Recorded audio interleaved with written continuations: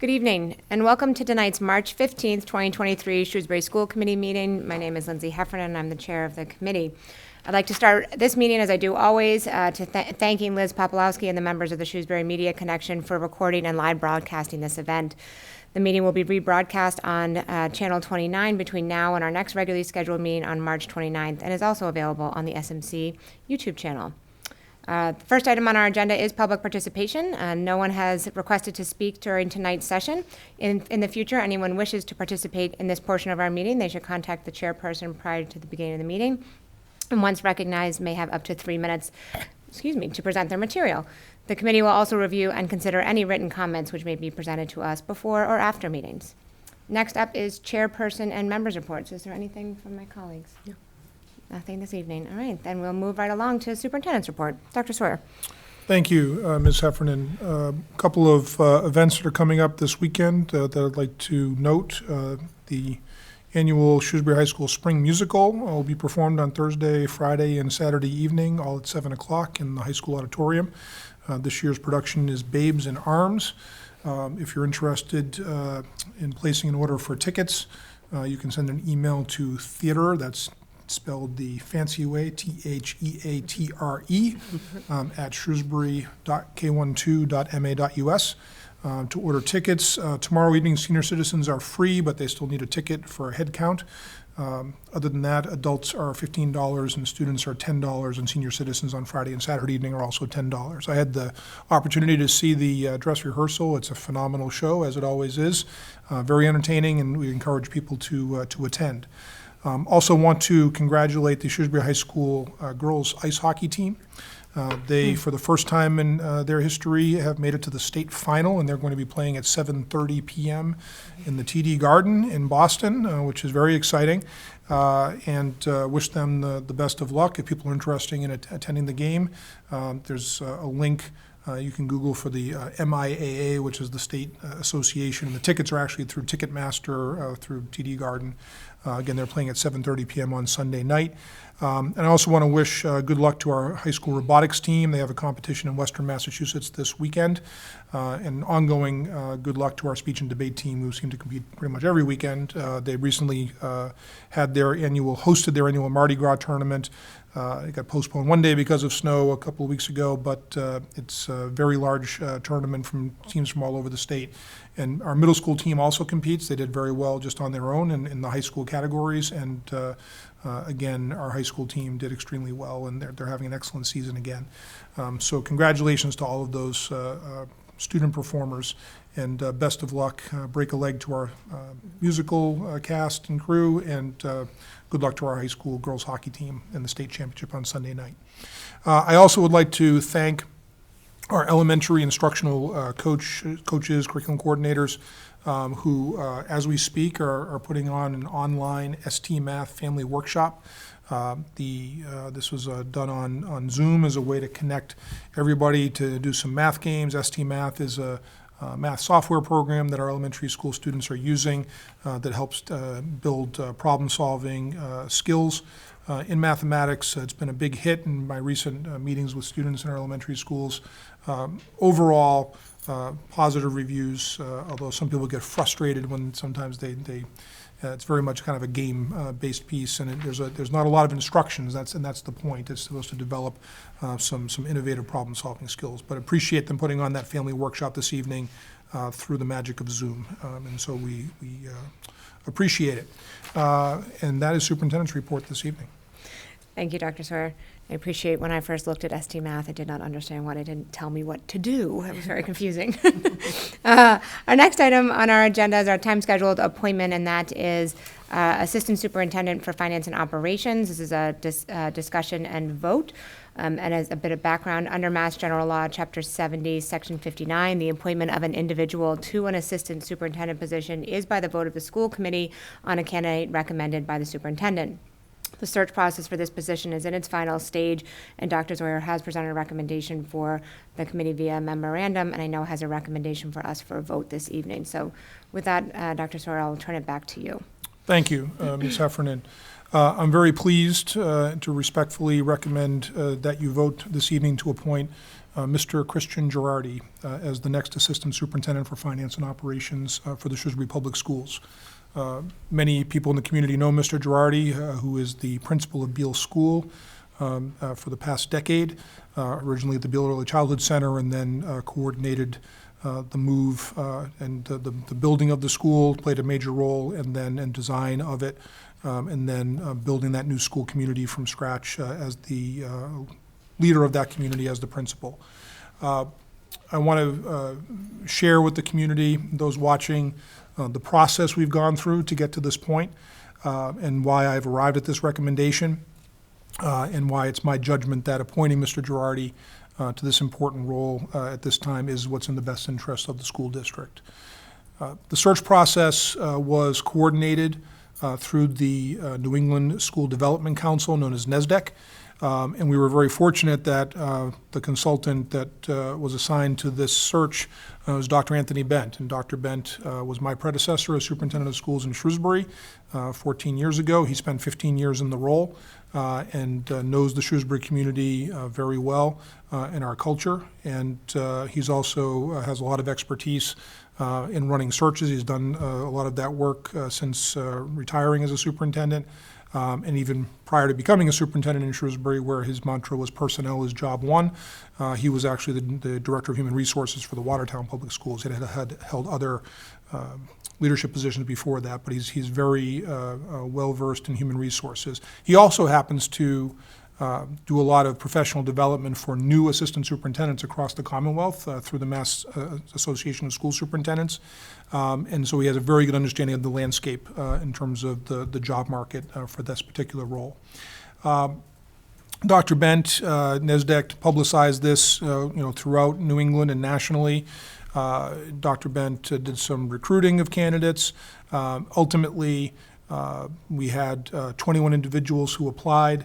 A handful of those folks probably just didn't have any of the qualifications we were looking for, but Dr. Bent did a great deal of phone screening, reviews of applications, and so forth, and ultimately moved forward 6 candidates to the semifinalist stage to be interviewed by a screening committee.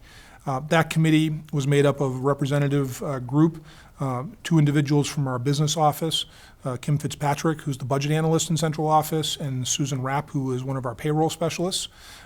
Multiple leaders from the district that included Barb Malone, our executive director of human resources, Meg Belcito, our assistant superintendent for student services, who will be making a report after this, as well as Todd Bazidlo, principal of Shrewsbury High School, and Brian LaRue, the director of information technology. And myself. I was also on the screening committee. Additionally, Mr. Kevin Mizikar, our town manager, served on that screening committee as well. This role interacts heavily with the municipal government, particularly the town manager's office, around issues related to finance and budget, and in addition to that, especially on the operations side as well. Based on those interviews, there was strong consensus to move 3 candidates forward to the finalist stage. And that included Mr. Girardi. Unfortunately, one of those 3 candidates, when offered to move forward to finalist, they decided to remain in their current position and withdrew. And then the other finalist, Mr. David Gordon, who is the current finance director of the Westboro Public Schools, who had shown interest after we had publicized his being a finalist, decided for some family reasons to withdraw his candidacy, which left us in an unusual situation we typically don't have, which is 1 finalist. But we felt it was important to follow the process, and so the next stage of the process was for Mr. Girardi to participate in a day-long series of interviews that occurred on March 6th. He met with Ms. Malone. He had a one-on-one meeting with Mr. Patrick Collins, who's the current Assistant Superintendent of Finance and Operations. He met with a group of Shrewsbury municipal government officials, both from finance and operations, including the folks from the Public Buildings Division and DPW, with whom this position interacts a lot. 2 different groups of our central office staff, so they could be small enough for having conversations, from the business office and other central office operations staff. And then a number of directors who are underneath this position, including the IT director, our director of school nursing, our director of food services, and our director of extended school care, and our assistant director of finance and operations. That was followed by a meeting with the rest of the central office leaders, not including myself, all of the principals, representatives from our unions, the Shrewsbury Education Association, our Educators Association, and then our Shrewsbury Paraprofessional Association leaders, and then also a one-on-one interview with me. So it was a long day, and Mr. Girardi acquitted himself well. Our process is that we get feedback from folks with whom the candidate has interacted, and the responses were extremely strong, with 85% rating him favorably. That included 52% as very favorable. That was 20 people. 33% as favorable. That was 13 responses. There were 4 responses who had a rating of neutral and 2 as unfavorable. Those written comments also were included some of the themes. People appreciated Mr. Girardi's proven leadership skills, both in leading the Beal community as well as through the Beal Building Project, and he really has a stellar reputation within the community, within the school district. That he has a very strong understanding of district and school operations. That's a big part of the role, obviously, of finance and operations. His excellent relationships with the school department and the municipal department that he's built over time. People perceive him to be very highly trusted, highly ethical, an excellent communicator, and someone who's very strongly invested in Shrewsbury, both as a member of our leadership team and as a resident of the community.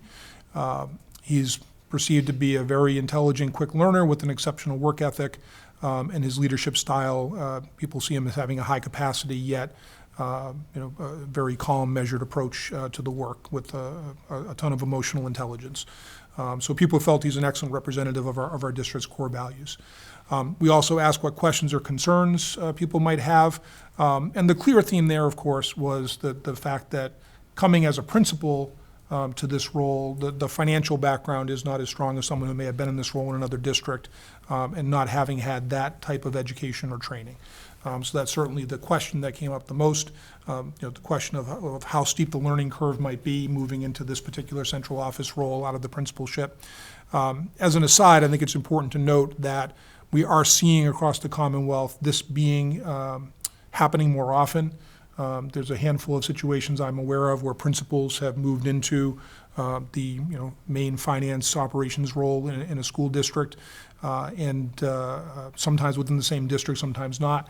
But there are elements of the profile that are a really strong match for it, but other places we'll have to bolster through some training and a very thoughtful entry plan if the committee sees fit to appoint him. There were, of course, some questions about not having other finalists to compare. That's the circumstances, and certainly understand that. We prefer to have multiple finalists.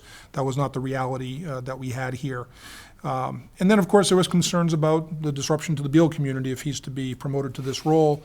Obviously, we would need to go do a principal search there, and that raises that will be a change for that community. I certainly carefully considered that feedback. He subsequently interviewed with the school committee, was able to receive feedback from committee members, and I think the key question was that understanding that is in terms of core values, leadership skills, interpersonal skills, his understanding of operations, his work ethic, his commitment. There are a ton of strengths that Mr. Girardi brings. And the key question is whether he'll be able to gain the necessary technical skills around the financial part of the role quickly enough to make sure that our budget's well managed, to make sure our financial forecasts are accurate. And so, with that, I think the context of doing this from within our own district is important.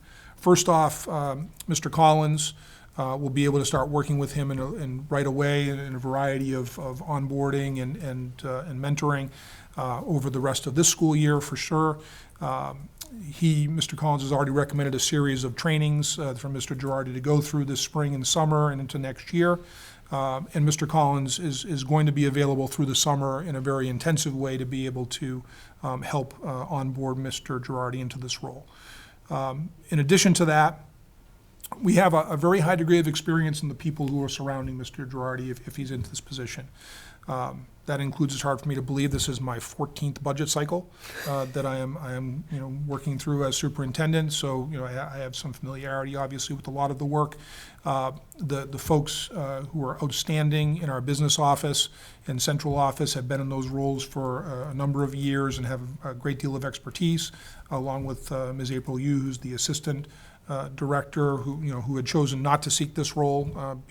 She's very happy with the role she's in right now, and when it opened up, made it clear that she was not going to be a candidate, but looks forward to supporting whoever the new person is.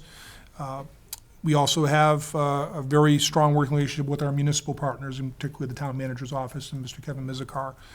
So I think there's a lot of experience surrounding this role that will be helpful in that initial onboarding process and over the first year or couple of years of budget cycles. And so, and the last piece really to consider is, when you have one finalist, the natural question that comes up is, well, do you extend the search and look for more folks?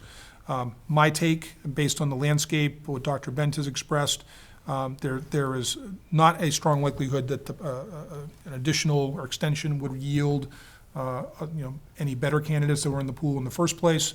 And I think that there's probably more risk in doing that than there is knowing what the specific training needs might be for Mr. Girardi. So with that, with the understanding that one of the school committee's key responsibilities, as also is mine, is the financial stewardship and the successful operation of the school district. This is a very, very important role and appointment. But ultimately, in my judgment, for someone who's going to be the chief operating officer and chief financial officer of our school district, Mr. Collins has set a very high bar. But I think that, in my estimation, Mr. Girardi is a candidate whose leadership characteristics are an excellent match for what people indicated they were looking for in this role. And that, frankly, this is a skill set that is pretty rare among leaders. He's an extraordinary school leader, an educational leader who I think is ready to become an overarching organizational leader. I find that his ability to achieve difficult goals, both individually and as a team player, who's someone who brings out the best in his colleagues. I find his character and trustworthiness, like others do, to be beyond reproach. And that there's, I think, a clear-eyed recognition, and Mr. Girardi has articulated, understanding there's going to be a steep growth curve in some of the financial areas, and that with that, I think his capacity, his work ethic, and his deep commitment to our school district will enable him to meet that challenge, and certainly with the help and support of his skillful colleagues. So with that, I do have a high degree of confidence that Mr. Girardi will be successful in this role, that he has very high potential, and for being an outstanding district financial and operations leader, hopefully for many years to come, should the committee see fit to appoint him. And so again, my recommendation is that you vote to appoint him as the Assistant Superintendent for Finance and Operations effective July 1st of this year. So I appreciate your consideration, and would be happy to answer any questions that you might have. Thank you, Dr. Sawyer. Colleagues, questions or comments for Dr. Sawyer? Please, Ms. Ritz. I think anybody who applies to our district, the interview and the vetting process is pretty rigorous. I mean, we hear that all the time, but we do that to make sure that we get the best candidates for these roles. And I know when we talked with Mr. Girardi, we did look at, all aspects of the skills, the job, and I think looking at what he brings from the operational side and then the onboarding process that's been laid out in a memo from Dr. Sawyer gives us it gives me, I should say, a good confidence that this is the right fit for the role. With one candidate, it is difficult. We didn't have any comparison for that, but I agree with Dr. Sawyer's recommendation, especially due to that onboarding process. Yes. I support the recommendation. I felt he interviewed very well. When you have 21 candidates, you narrow it to 6, you get down to 3, you have no control over the other 2 that peeled off. And I think during the interview, he's very transparent. He understands where that learning curve is, and he had both a short-term and long-term plan to address it. That coupled with Dr. Sawyer's onboarding plan, I think is really solid foundation for him coming in here. But where there's no learning curve is through the relationship building and the communication that he's established with all the key stakeholders in the town offices and throughout the district. And I think his leadership at Beal School speaks for itself, and his operational knowledge is very solid. So I support the recommendation. Thank you, Mr. Winsky. Please. I won't belabor the points my colleagues have made. I also support this recommendation. I have an extremely high degree of confidence in Mr. Girardi and Mr. Collins. We had someone in whom this community could very much trust. Obviously, school finance is somewhat complex to understand. We have a lot of community members who, when we need to go to the community for financial support for this district, it's important that members of the community have access to accurate information and have assistance in understanding that information. And Mr. Collins, we have somebody who has established a high degree of trust with residents in Shrewsbury, and I know that the same can be said about Mr. Girardi, and that is very difficult to find anywhere else. So I'm pleased to support the recommendation. Thank you. Please, Ms. Boucher. I also support the recommendation. I think Mr. Girardi will bring a principal's lens to these operational issues, which is, I think, going to be very valuable. And I also, not to, again, to echo the comments of my colleagues, I think in terms of his technical skill set, I think there's been a solid plan put in place to kind of get him up to speed. And I think having Mr. Collins' mentorship will be, extremely beneficial. Wonderful. I would certainly say, Dr. Sawyer, when I first met Mr. Girardi, when he was first appointed principal, and I had a kindergartner in his first class, and since that day, he has really reflected our core values and our overarching principles of high standards and academic excellence, but also the strong leadership he shows for his staff. His staff seem to adore him. A really strong respect for the parents in his district and great relationships there, and a love for his students. He seems to very much enjoy his work, but there are so many other projects that show other parts of his abilities. I think the building project certainly, and those relationships with the building, the builders and the architects, the politicians who come through, the town manager, really just navigated that very well. And when I think of that project, which was certainly a team effort, but coming in under budget, that frankly embodies everything I want for our spaces. And I can't think of a more positive day of being on the school committee than that opening day of Beal School, and the culture that building is in many ways a testament to an incredible amount of effort that he has put in. I would also note, which I haven't heard my colleagues mention as much, I've been very happy about his leadership role on our DEI initiatives in this community, that he has consistently stepped forward. I know he was part of I forget what the DESE program was called, around setting some leadership for us and our path forward around inclusion work that we know is critical. And I believe he really demonstrates that strong desire to see us bring in more voices and bring in more families into our processes. And we have a couple of our assistant superintendents here tonight, but this role, really more than others for us, is the one that we spend the most time with. And so I agree that technical skills can be learned to help him along his professional development path, and we all play a role there. I've served on this committee's finance committee since I joined, and certainly I stand ready to support him in whatever ways that we can as well. But I'm certainly quite supportive of the recommendation and look forward to working with him. Given that seemingly we have some agreement here, we have a motion. I would take a motion at this point, unless and if you have anything else you would like to add, Dr. Sawyer, before I move forward.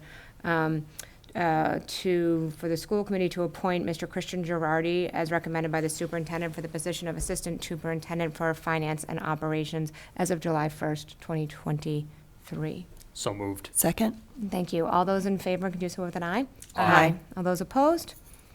Wonderful. We look forward to working with him. I appreciate the support, and Mr. Girardi may be watching at home, or his ears are burning, certainly, if he's not, but I'll ask Ms. Malone to make sure to make a phone call to let her know that things were positive, and again, I'm very much looking forward to working with Chris even more closely, and I will be in communication with the Beal community either this evening or tomorrow morning, just to make sure people are aware and understand that we'll be launching a search for his successor, and that will be important work to do. Absolutely. So, but thank you for the support, and again, I think it's a very good news story for our school district.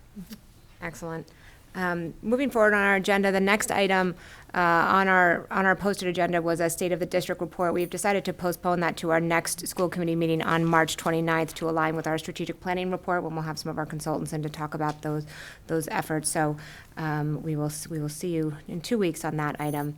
Our next item is in finance and operations, and that is the fiscal year 2024 special education budget.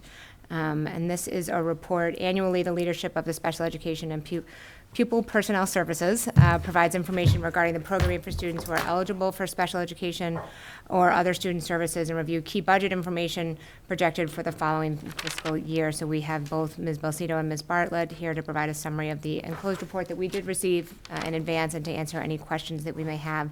Also important to note, an exciting piece of movement in the district. They'll be providing some information about the new RISE transition programs for our post-high school services for our our students up to age 22. So welcome. Glad to have you here this evening.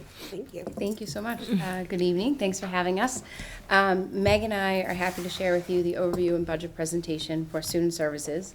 We'd like to acknowledge all the dedicated educators that service students within our department daily. All students are general education students first.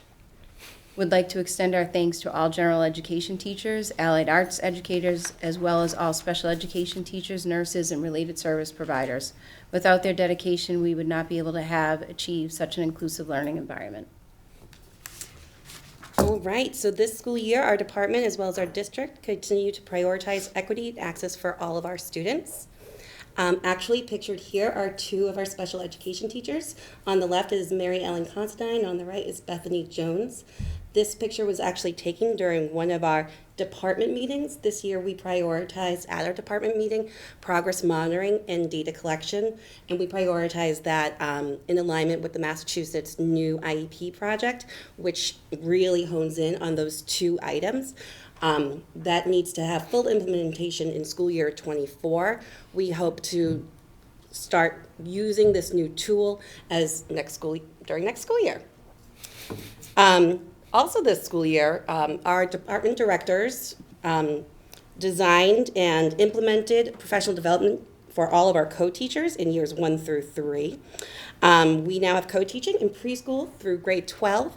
In addition to that, we have 40 teams. Some of our topics were effective common planning, specially designed instruction, and the research-based strategies. I'm not sure why. Just your luck. It was there. Ms. Bartlett, can I ask you to fill the air for a moment? Yeah. Tell people what progress monitoring is. Well, That progress sounds like a term that means a lot to you. It but it's does not mean a really lot to clear me. everybody It's else. actually what we use to analyze student performance and to make sure that the students are making progress towards their learning targets. We use data collection as a system for this. So a lot of our instruction correlated around looking at the student learner profile paired with what that data says in order to create the specially designed instruction and make sure our instruction is effective. Thank you. While Meg continues to load, this afternoon we actually attended our middle school unified game. Unfortunately, our team did lose. I do say it bittersweetly because my son was on the opposing team. Just to get a little plug for Jack Bartlett. The one thing about this afternoon that was just awesome, I did try to send it through email, but the video was too large. Our American Sign Language Club Yes. performed as the national anthem while it was sung prior to the game. So that was just awesome to see, and the number of students that were there supporting the team was great. The middle school has 2 teams. So today we had the blue team. Tomorrow the gold team will play another school. So really off to a great And start. actually, one of our paraprofessionals sang the national anthem as well. Yes, that's I right. did not know this hidden talent of his, but it was all right. Exactly. Okay. Speaking of paraprofessionals, Speaking of them. So our paraprofessional development this year, we relied on the skills of our clinical team to provide this important opportunity for our paraprofessionals. I don't know why it's doing that. Maybe I can pull it up and I can run the slides if you want. Sure. So in planning for that PD, it is definitely a Herculean feat, because while we're planning for all of the district's paraprofessionals, we're also designing professional development for all of our teaching staff as well. So it definitely takes many hands to make this work. As soon as the pictures pop up, we'll tell you who's in the pictures. However, after listening to our keynote speaker, Ms. Noelle Freeman, you know her as our Director of Nursing. She comes here often. She trained everybody in the room for EpiPen training. After that, we had several rotations in order to make sure everyone got the same information. Felicity Boisvert, our school social worker, and Jamie Millett, our Director of Counseling and Mental Health Services, provided PD on self-care and trauma-informed care. The next topic was the principles of behavior. That was taught by Amy Bunn, an ELC coordinator, and Dr. Colleen Canty and Daryl Reining, both clinical coordinators. We also had an introduction to crisis de-escalation provided by ELC coordinators Alicia Hudson and Janet Murphy, as well as Rob Perry Cruz, our clinical coordinator.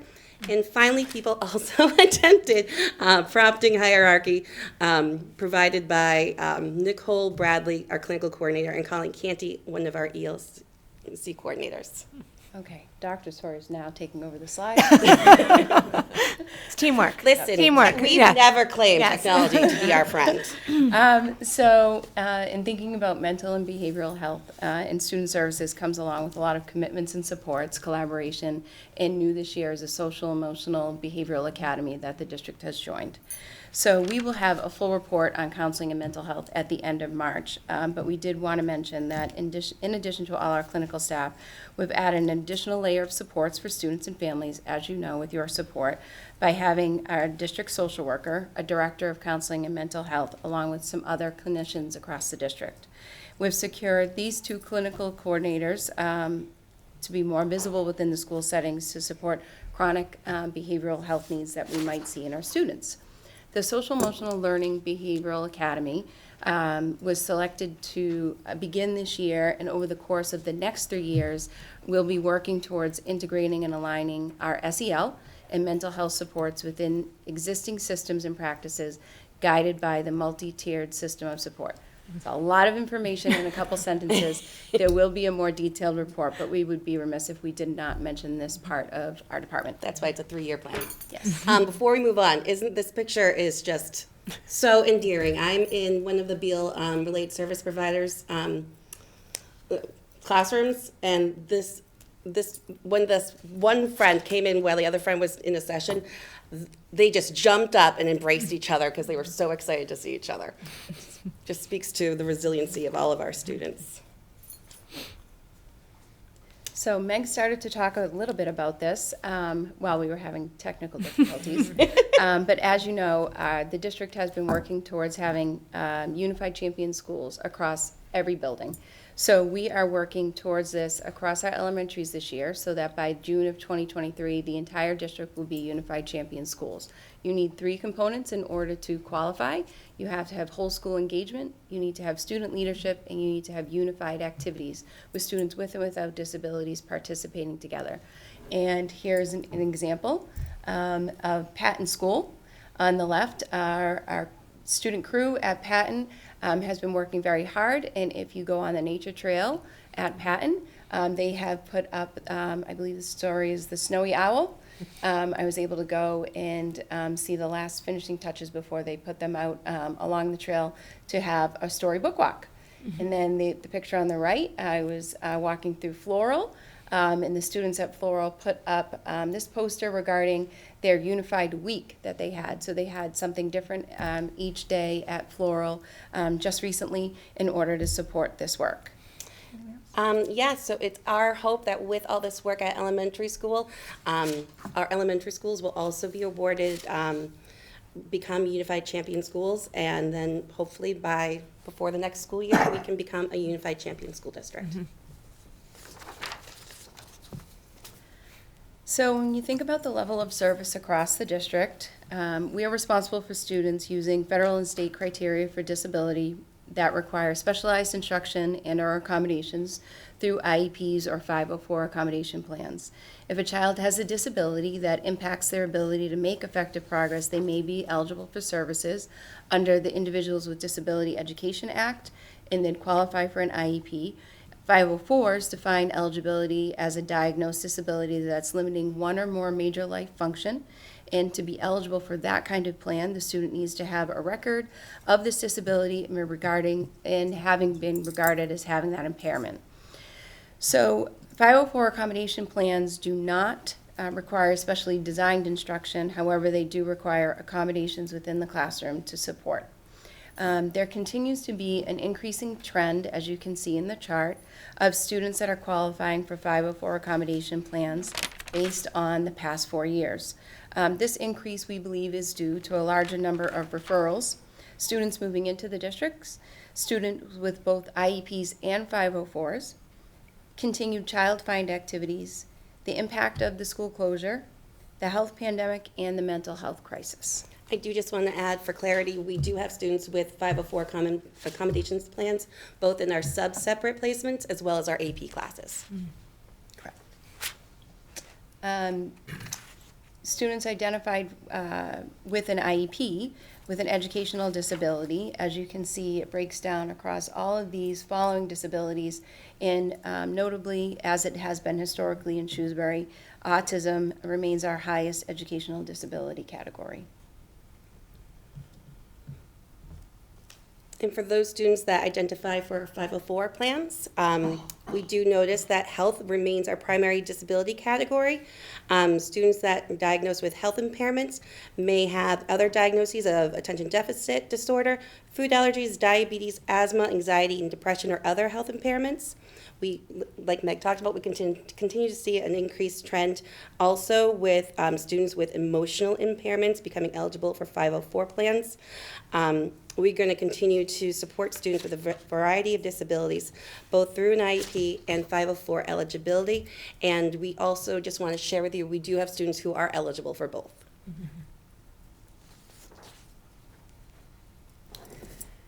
So Thomas Hare, who sadly passed away this summer, was a leading researcher in Massachusetts and actually nationally. His research found that kids who have been included in general education have higher reading scores, do better in math, and are more apt to be employed and live independently in the community when they leave school. And to quote Dr. Hare, "People still debate whether it's the right thing to do. Stop the debate, the evidence is in." And we tell all of our staff that we're doing professional development with around co-teaching this year that it's not going to be easy. We're going to tell you that it's going to be worth it. And studies have been coming out, students with disabilities in inclusive classes are achieving at higher levels. And the research is definitely in, and we're seeing our results, and we're very proud of the work that's been going on for the past number of years in Shrewsbury. Great. And So this picture right here just talks about our placement types. With students, on the left graph shows time spent in an early childhood integrated classroom, and on the right is the number of students ages 6 through 12th grade that we pulled the data for. As you can see in both charts, the majority of our students are being educated with their peers for the majority of their academic day. And this is one of my favorite pictures. We showed this picture to all of our co-teachers. This is our first PD session this year. These are our high school co-teachers. And we asked everyone to take a selfie together, and we have many more selfies across the district of all of our teams. They reluctantly did this for us. But really just want to emphasize that the full inclusion model is also an effective instructional model, especially when we're doing co-teaching. It allows, and we really talk about the general education teacher is the content expert. They're the ones that understand the learning standards and what students need to get at the end of the day, while the special educator brings the lens of a learner profile and how to accommodate that learner and make sure that they can meet those standards. Co-teaching is really starting to elevate our momentum in order to keep kids maintaining within that full inclusion model. While many of our students are able to access their education within the public schools, there remains a population of students, due to the scope and severity of their disability, require a more restrictive educational experience to make effective progress commensurate with their disability. While identifying programs for students to access their education, teams must consider placements that are gradually more restrictive than the public school setting. As you can see in the graph, we have 40% of the students out of districts accessing programs that are run through a collaborative, which is governed by the Board of Area of District Administrators. The remaining 60% private day placements and residential students access special education Chapter 766 approved placements and are sanctioned by the Department of Education.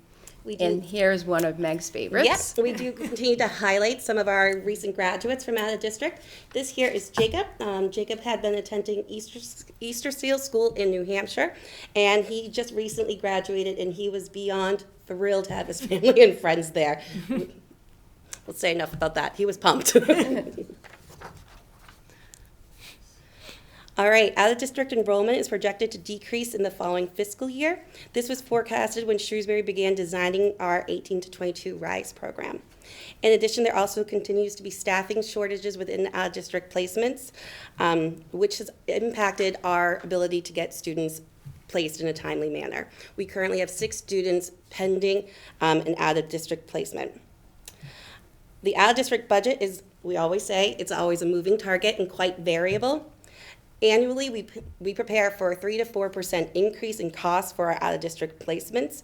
And then, so for this fiscal year, we've projected 4% increase for those tuitioned in substantially separate and public day school placements. However, this year is different. In planning for this year, we did not do 4% for our Chapter 76 approved programs. The Operational Service Division sets the tuition prices for all approved private special education programs that are purchased by cities and towns by the Commonwealth. This year, OST has approved an unprecedented 14.1% tuition increase. This does have an impact on our projected budget, even though we are seeing decreasing trends in referrals. As you know, the State Special Education Circuit Breaker Reimbursement Program provides additional funding to districts for higher special education costs. Reimbursements are for districts' prior year expenses. This chart highlights the allocation of funds through Student Services budget for out-of-district placements and circuit breaker reimbursement. For our out-of-district placements, total tuition costs have increased by 11.1%, but the net amount in the town appropriated budget is going down by 7.6% due to using a greater amount of the circuit breaker funding. In terms of fiscal expenditures, our department also manages some other services that we contract for services that may be considered low incident. That includes psychiatry, orientation and mobility, teacher of a visually impaired, vision specialist, behavior specialist, speech and language, teacher of the deaf and home-based services, teacher of deaf-blind, audiological services, as well as assistive technology. In addition to this, you can see on this chart that we also have our Special Education Council, translations and interpretation services, tutoring for medical compromised students, psychological consultation, and evaluation services. So this part is always something that people say, can you explain that again? Individuals with Disabilities Education Act Grant 240, which is our large entitlement grant that we receive each year, is broken down to include proportionate share and disproportionality and resolution funds, along with what we use within the district. So proportionate share is the amount of the district's IDA funds allocated to eligible parentally placed private school students in the geographic boundaries regardless of the residence and those that are homeschooled and reside in Shrewsbury. The 240 grant this fiscal year was also used to offset the district's finding of significant disproportionality. These funds were used to help support social, emotional, and behavioral needs of our students. Additionally, resolution funds occurred when the United States Department of Education's Office of Special Education Programs approved the proposed resolution by the Massachusetts Department of Elementary and Secondary Education for resolving concerns related to IDA funds and school districts who were required to spend money on parentally placed private school children with disabilities and homeschooled children with disabilities. All private schools within our area were notified of this funding, and most are considering professional development opportunities, supplies, and materials. So when you take a look at this graph, the disproportionality funding that's used for stipends, contractual services. We have resolution funds used for supplies, materials, contractual services, as well as proportionate share, which is contractual services. And also, we do have some proportionate share in supplies and materials with some of our private schools as well. Primarily working with Gateway Academy and St. John's High School. We fund the tutoring services at St. John's High School and the Academic Center. At Gateways Academy, there are a number of supplies and materials that were bought in the area of reading and math, and also contractual services for social skills and executive functioning. Yep. Executive function. So when looking ahead, so for this fiscal year, we had to reserve 15%, like Meg said, of our 240 grant for significant disproportionality to support students that were qualifying for emotional impairment.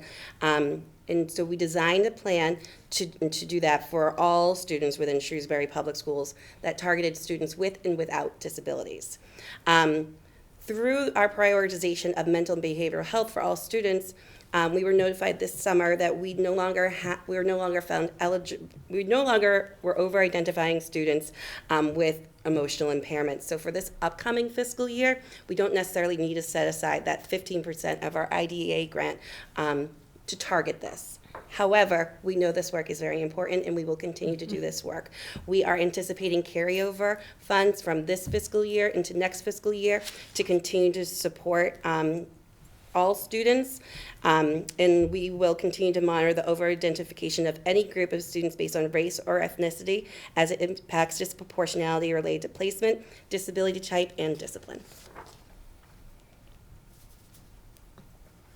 So through observations, analysis, and collaborative conversations with administrators and staff, the following positions will further develop our RISE program integrity and consistency.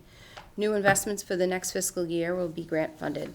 By establishing our own program, as you know, the next fiscal year, we're projecting an annual savings of over $83,000 by creating this program in-house as opposed to continuing to tuition out of the student population.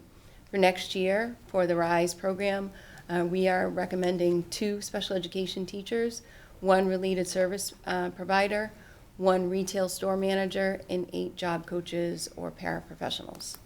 And here are some of our students. There's some of our students. Field trip. So now we'd just like to give an update regarding RISE, which is Reaching Independence Through Supported Employment. And I think, Mr. Collins, you'll join us as well. As Mr. Collins joins us, you can see we have identified a logo for our academic section of the program. You see the 3 images below. They do reflect what's called a transition planning form.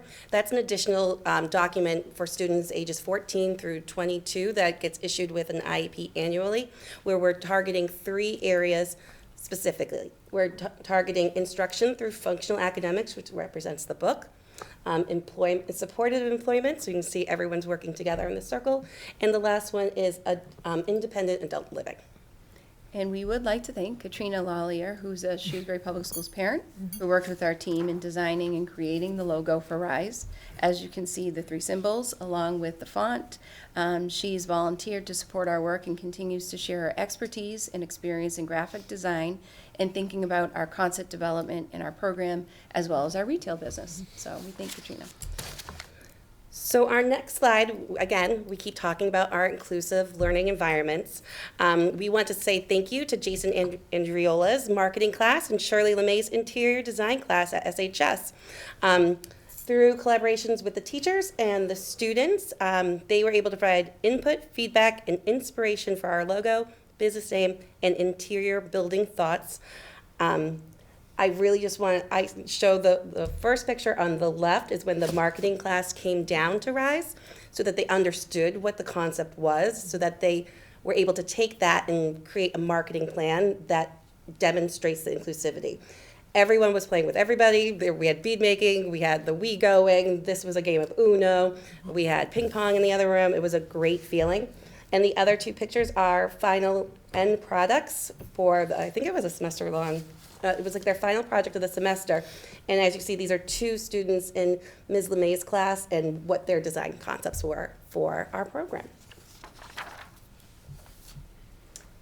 So our enrollment projections, as you know, this year we started off with a small cohort of students, and we are projected to have upwards of 18 students next year, followed by 24 students, 31 students, and then we're projecting in fiscal year 27, 32 students. Mr. Collins. Okay, sure. And I think, so the big picture context here, of course, is just really predicated on the prior slide, which is this environment that we have, this escalating enrollment growth in this population of 18 to 22-year-olds. And so what is the best way to provide educational services in a cost-effective manner? So having met with the special education leadership team, after they initiated this idea of bringing it back in-house, we did some cost-benefit analysis. In order to do that, one really has to figure out what the cost would be to try to bring it in-house. So you've seen this before last fall when Ms. Belcito and I presented this. This is updated for March. So it's slightly different as we refine our budget estimates going forward. So for next fiscal year, fiscal '24, we've got the staffing complement at the top here, which includes a coordinator, 2 teachers, a related services provider, the retail manager, and 8 job coaches / paraprofessionals. So that would be the staffing complement for the upcoming school year in fiscal '24. Totaling just over $761,000. Also, because this program is to be sited, of course, at the center of town and has other transportation needs. We have dedicated transportation through 3 vans that we have budgeted for, including the summer program at a cost of over $183,000. That's based upon our latest transportation bid, so those services would be provided by AE Transportation. This is the so-called home to school. So bringing them to 557 Main Street and back home afterwards on the school schedule. Food, curriculum, field trips, expenses. This is a unique program. And there's lots of quote-unquote field trips, but which is basically integrating the independent living skills that were referenced earlier. So there's a lot of out in the community. And again, that speaks to having a separate location in the center of town where they have access to lots of different things in the community, including the library, the Worcester Regional Transit Authority bus number 15, which goes up and down Maple Avenue, public library, town center, things like that. So it's a very unique program. And then speaking more specifically about the facility costs, you can see that they're all detailed there. So I'll speak to it's operating on its own again. Yes. Okay. So I know that the school committee has this, but we've factored in what the rental cost would be based upon the request for proposal that was received and agreed upon. Property taxes, you wouldn't think the school department is paying property taxes, but this is a privately owned piece of property, so it's really a pass-through, if you will. So we need to budget for that. We've entered into a so-called triple net lease, which means basically that we're paying for the structure to the owner, and that the tenant then pays all other related associated costs. And so that's what we've kind of detailed through here is utilities from water and sewer to telephone to internet service, waste removal, security monitoring, all of those things factored in on an annual basis. So this program, from the staffing to transportation to facility costs, is budgeted just over $1.1 million. So that was the basis of point of comparison, if you will, to, okay, so what if we didn't do this? What if we just took these kids and continued in the same model we have and outsourced this and pay those tuition costs and transportation costs? And that's another slide. if you want to just go one more slide, that's really, this is the cost-benefit analysis right here that I'm talking about is, on the left would be the continuation of sending students out of district to the collaborative in Marlboro and what their individual tuitions would be, plus their transportation cost, would be $67,800 per pupil on an annual basis. When you have 18 students, totals over 1.2 million, and then you can see the budget that detailed budget that I just referenced here on the bottom in comparison, just over 1.1 million. So we have a projected savings now in the range of $83,000 on a cost-benefit analysis. And again, this is updated from the fall. It's really close from the fall. It's actually a little bit better by about $20,000, but you know that's the order of magnitude. And so that's really kind of the business case, if you will, to have this program in-house in the manner in which we're doing it. And again, that we've factored all the costs that we anticipate. If you could go back one slide now. You know, so how do we fund this? As was referenced earlier, we do have recurring grant money. You know, a lot of times people think about grants and somebody writes a check and then they're all done. School districts receive annual ongoing allocation grants from the federal government. All of them do, and you know, this program for fiscal '24 would be funded through the IDEA grant, again, that was referenced earlier. Our total annual allocation for our district this year is $1,667,000. In your budget book, like we do every year, you know, we print all of our grant funds, and you can see that particular grant tends to increase a little bit each year. And so that's a guaranteed recurring funding source that we can rely upon. So that's, again, a positive kind of reassurance about moving forward with this program. But again, we would otherwise have to fund these costs anyway. These students are here, and we need to educate them. So by creating this program, we're not creating new costs. We're actually, again, projected to have a net savings. If you could just scroll forward 2 slides.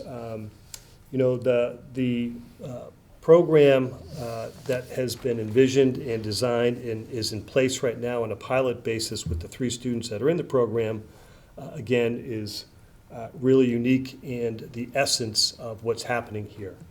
The retail store, the property at 557 Main Street is going to be subdivided into basically 2 components, where 1/3 of that space would be dedicated to a retail operation. And that's kind of the bright, shiny object, right, that everybody's focusing on and getting a lot of attention. And we're, you know, rightfully so, we're very excited about that. But 2/3 of the space that is going to be behind, you know, a wall, a partition, is really where all this education is happening, and job skills support and counseling and things like that. So with respect to the retail store, again, the primary purpose is you know, not to show skyrocketing profits and, you know, profit margins on, you know, Hershey's bars. It's really to provide an opportunity and a platform for students in this program to learn some basic job skills. And so we are anticipating, and I know the special education leadership team, you know, is developing this, but basically it's a general store concept with candy, snacks, Shrewsbury-centric items, this idea of kind of a rotating pop-up vendors, maybe some local vendors. There is no shortage of ideas that's been out there and that you folks have been receiving about what we ought to be doing. And so certainly I'm confident that it will be a success like other model programs like in Westboro, the Sugar Shack. But I'm also confident that whatever we start, you know, on the retail portion of this, start selling on day 1, that it's going to look different on day 100. It's going to look different on day 200 as we adapt to what people are really purchasing and what works well for the educational program too. Anyway, this is an evolutionary kind of thing. I don't think that I'm trying to set the expectation, which is, on day one when this opens, we're not expecting this to be the grand slam and it's not going to change. We need to adapt like every other business adapts, right?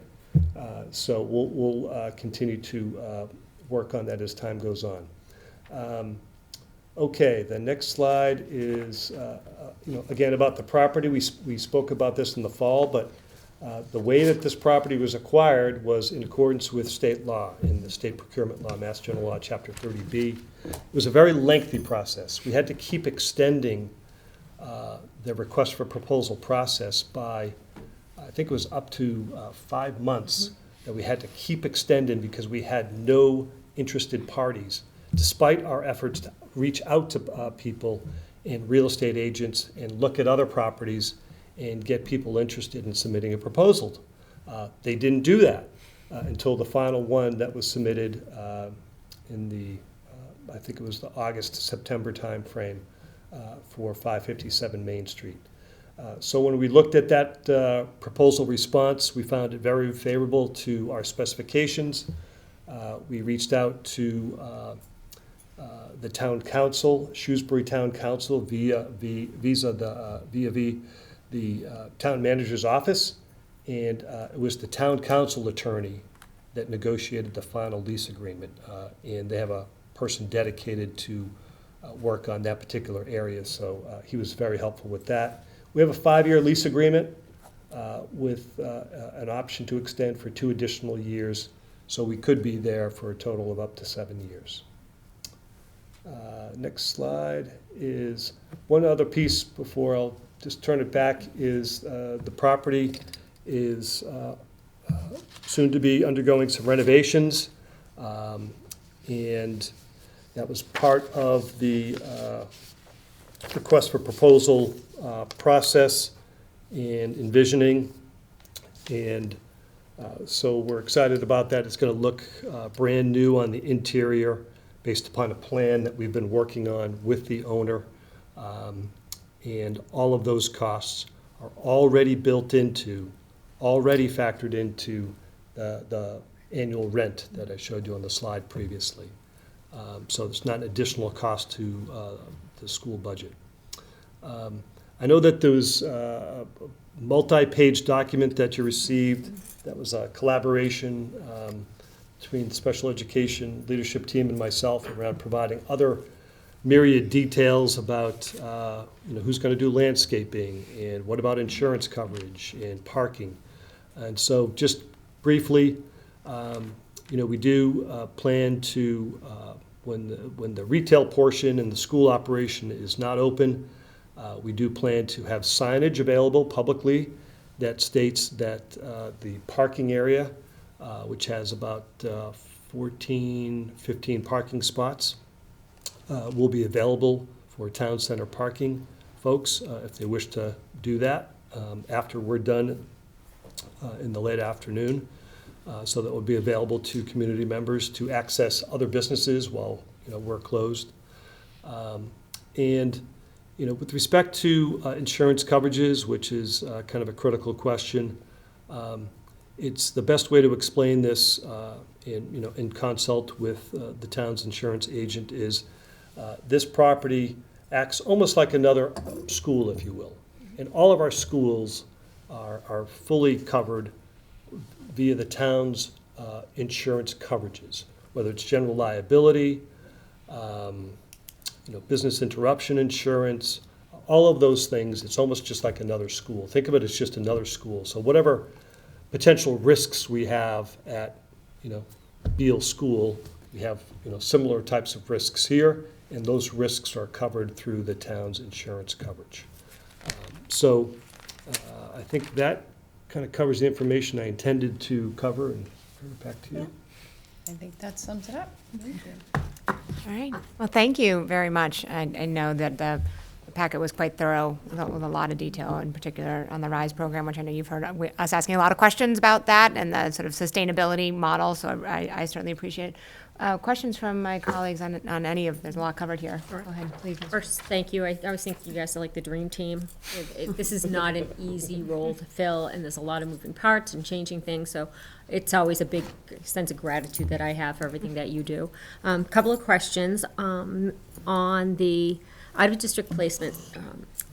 Sometimes we would see the lowest cost to the highest cost, which I think is good for people to see. That's such a very wide range. Do you know that off the top of your head, what that might be? I don't have that figure off the top of my head. However, I would say to you that it would be my assumption it would maintain the private day school students because they are the majority of students we have at a district and at a larger cost.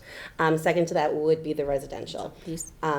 We do continue to see costs go up even intermittently throughout the school year. But again, it's going to be very dramatic next school year. So on an average, though, if you think of a collaborative placement, I think it's around 60,000, that's tuition Correct. without transportation, all the way up to residential, which right now we have a placement at $280,000.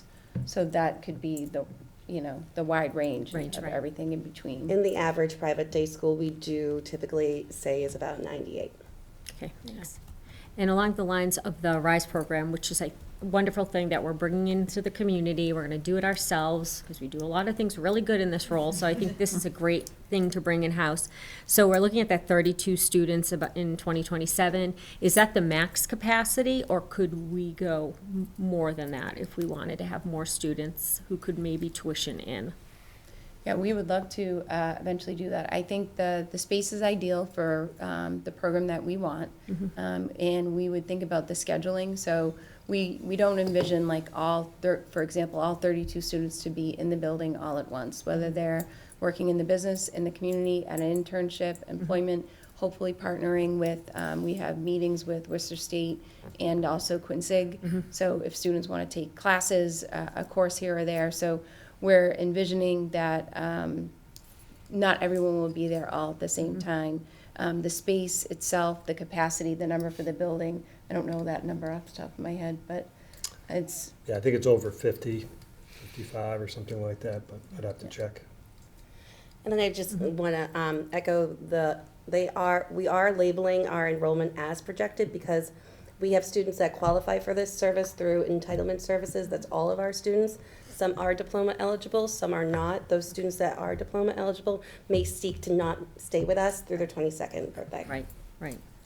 And the last kind of comment question, first, thank you, because we had talked about getting a business plan for this, kind of looking at what it would look like in a traditional startup business, what would the cost-benefit analysis be? So this is very helpful for us to have.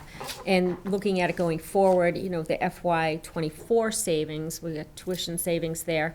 I think it would be good for us to look at projecting out some of this cost-benefit analysis because we want it to be affordable and sustainable, this program. And we know costs are going to go up, so I think it would be great to have that at least 3 to 5 years out as we plan budgets for the next few years. That's going to be really helpful information for us because that 240 grant goes up, but that covers all students within that category. So just to make sure that we are sustainable as a program. But thank you. thank you. And I think the thing I would add to that with it, we mentioned in the fall is that, what you didn't see anywhere in there was any assumptions with respect to profits relative to the store operation. So we have zero reliance upon that, and we have zero reliance upon just corporate, sponsorships or individual donations. And there's been a lot of interest from various businesses wanting to get involved and provide sponsorship money or resources.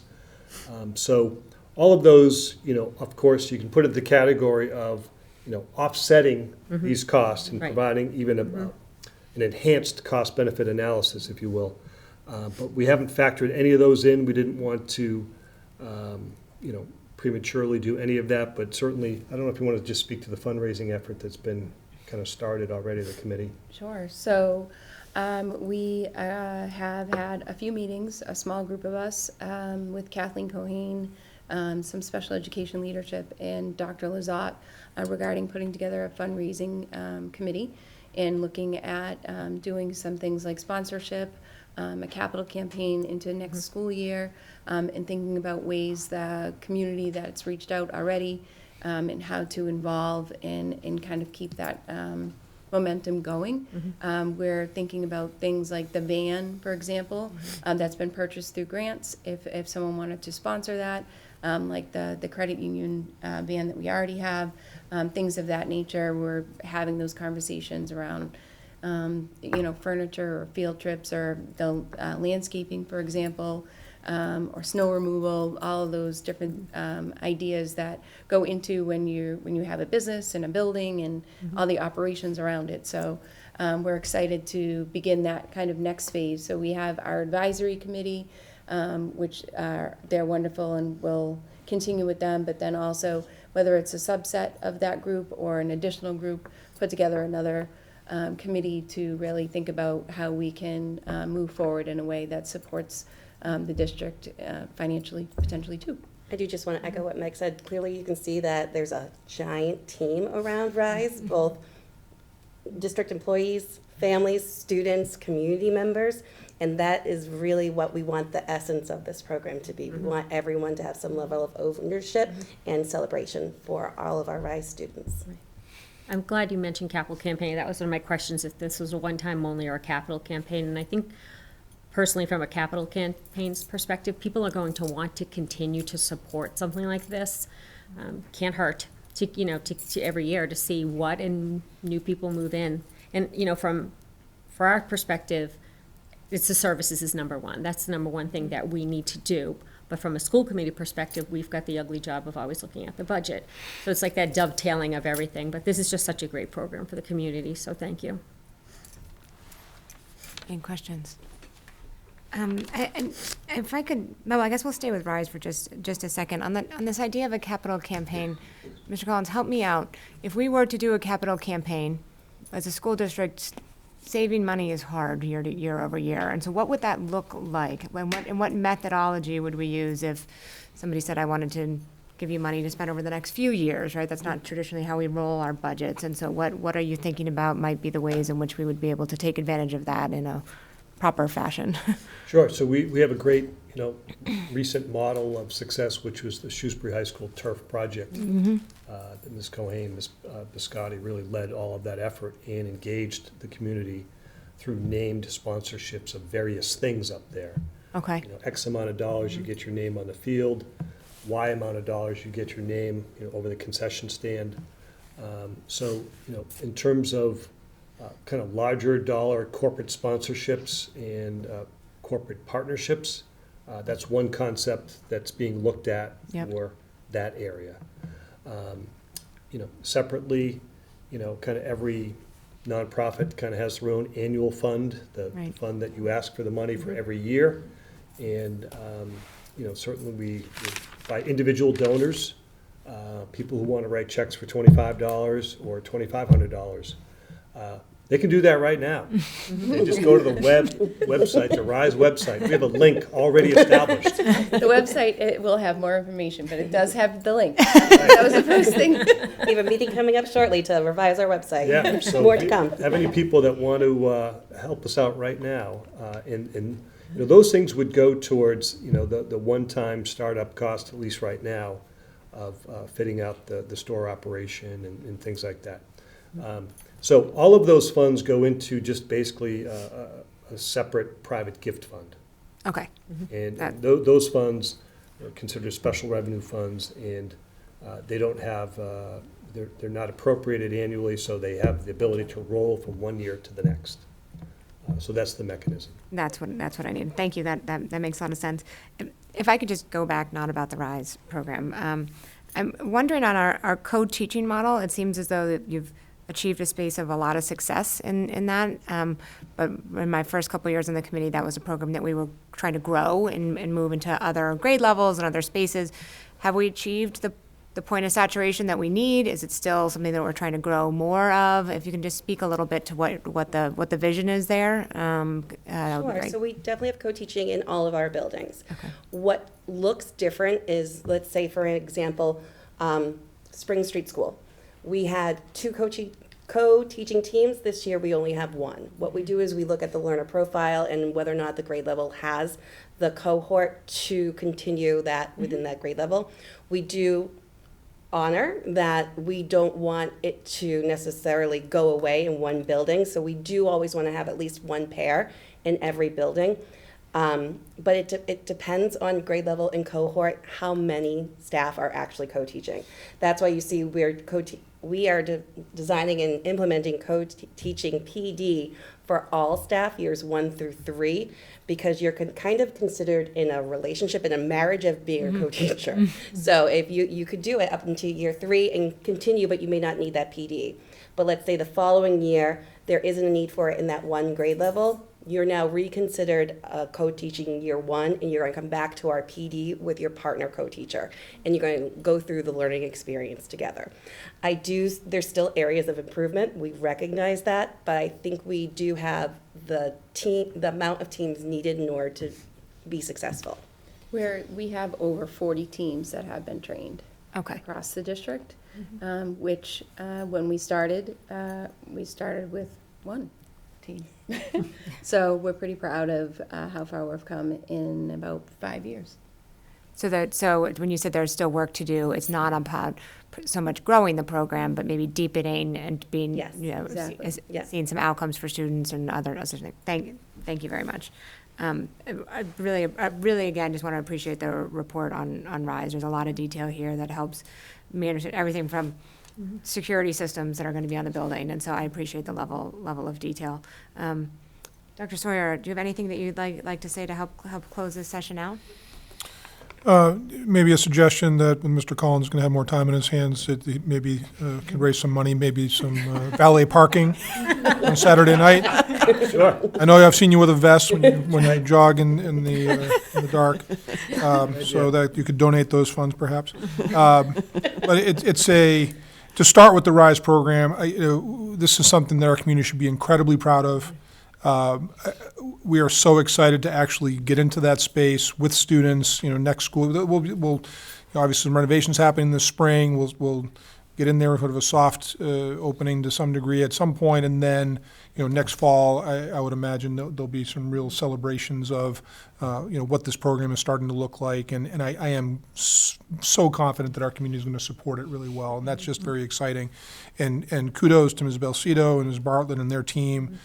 For having the vision to start to move this forward, and Mr. Collins for the technical support to make this all happen, and Chacharoney Properties for entering this agreement with us so we have that space, and the advisory period. It's going to be just a wonderful opportunity for our students. And we've always said we want our students educated within our community whenever possible. And this is a really meaningful way to do that for a very large cohort that's growing of students who need that service beyond the high school level. In terms of the overall special education program, it is we have a very talented and dedicated group of special educators across the district, from professional level teachers and service providers to our paraprofessionals. Students with a range of learning profiles, as you can see, who are getting really outstanding support, and as you can see from those pie charts, in a more and more inclusive setting over time. And the research bears that out, that that's the right approach for us to take.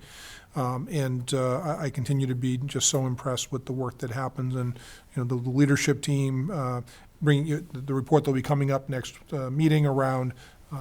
The attention to mental health and student emotional well-being, and more important services, including social services, we'll be able to bring forward. I think you'll be very impressed when that report comes out as well. So we continue to move forward in ways that support our kids in better and better ways. So it's a lot of hard work. We appreciate the support of our families. It's really something that is, we want to continue to make sure that we are providing the best services we can to help our students grow and achieve. So thank you, and really appreciate the information tonight. Thank you for being here. Thank you. Have a nice evening. The next item on our agenda is also under Finance and Operations, and that is the Massachusetts School Building Authority Statement of Interest for a potential addition to Shrewsbury High School. We do hope to take a vote this evening. On March 1st, the committee heard a report of a recently conducted pre-K to 12 space and enrollment study that identified the district's highest space priority need to be at Shrewsbury High School. The final version of that study was provided under separate cover to us, and I'm sure will be posted online in the near future. At this meeting tonight, there'll be a recommendation for us to submit a statement of interest, or SOI, for the Shrewsbury High School to the Massachusetts School Building Authority for consideration of a potential future project to expand Shrewsbury High School. And we'll note the statement of interest is a no commitment request to MSBA to consider inviting the town of Shrewsbury into a process to consider, lots of consideration in there, a potential project that would be funded in part by MSBA. I know Mr. Collins is here. Certainly MSBA grants can help to cover a significant portion of the project costs and overall lessen the tax burden in the local community. Here to provide us with some additional information about MSBA and that process. We're also enclosed in all of our materials, but Mr. Collins, I'll turn it over to you. Thank you. Okay, thank you. So just want to walk through a few of these topics here for the community members and the school committee, of course. And that is a little bit about the Mass School Building Authority. And just briefly about the LPAA pre-K through 12 space study, space enrollment study. And I know the school committee heard a detailed report at your last meeting. I'll talk about the statement of interest process itself, and then, of course, the recommendation for a vote this evening using some very specific language that's required by the Mass School Building Authority. So first, MSBA, Mass School Building Authority, was formed back in 2008, so 15 years ago. And it was done so because there was a huge backlog of funding that was kind of being delayed from the Mass Department of Education through a wholly different process that they managed for school building projects. And it took communities a really long time to get reimbursed for projects. And what you saw back then was, if a community approved a project, it basically got, funded by the Department of Education, and there wasn't a lot of standardization across communities with respect to programs or construction processes. So the Mass School Building Authority was formed by the state legislature.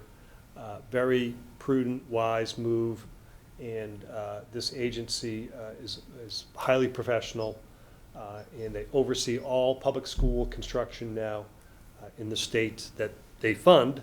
Certainly communities can go out on their own and pay 100% of the cost if they wish and do what they want. But if you want to receive some partial funding from the state, from MSBA, then you have to follow their rules and their timeline.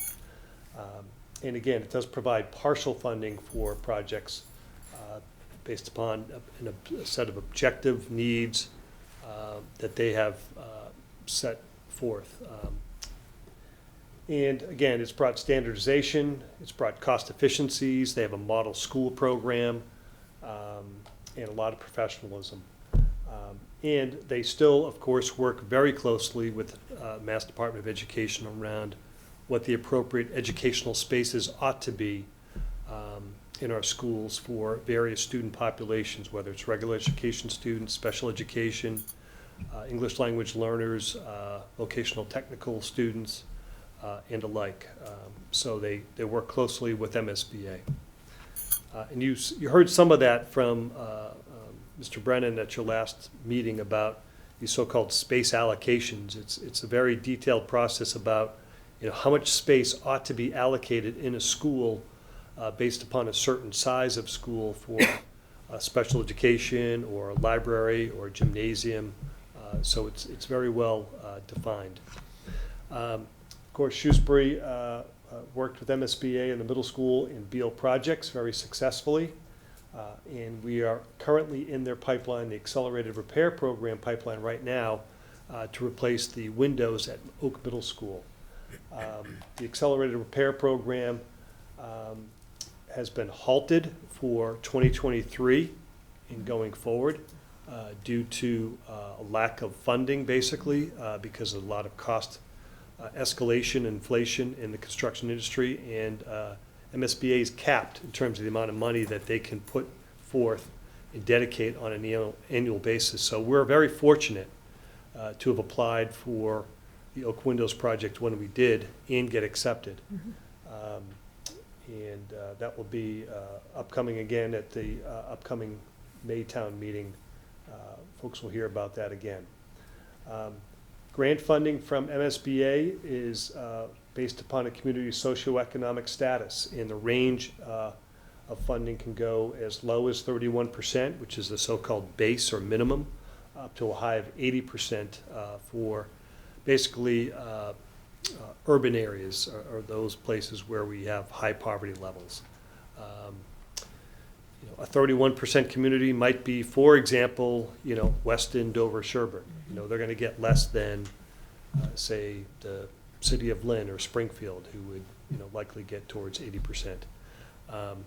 Our last project, the Sherwood Middle School, had a reimbursement rate with incentive points of just over 54% of eligible costs. And what that netted out to was, on an overall funding basis, funded just over a third of the Beal School project. So this is significant funding to go through the MSBA pipeline.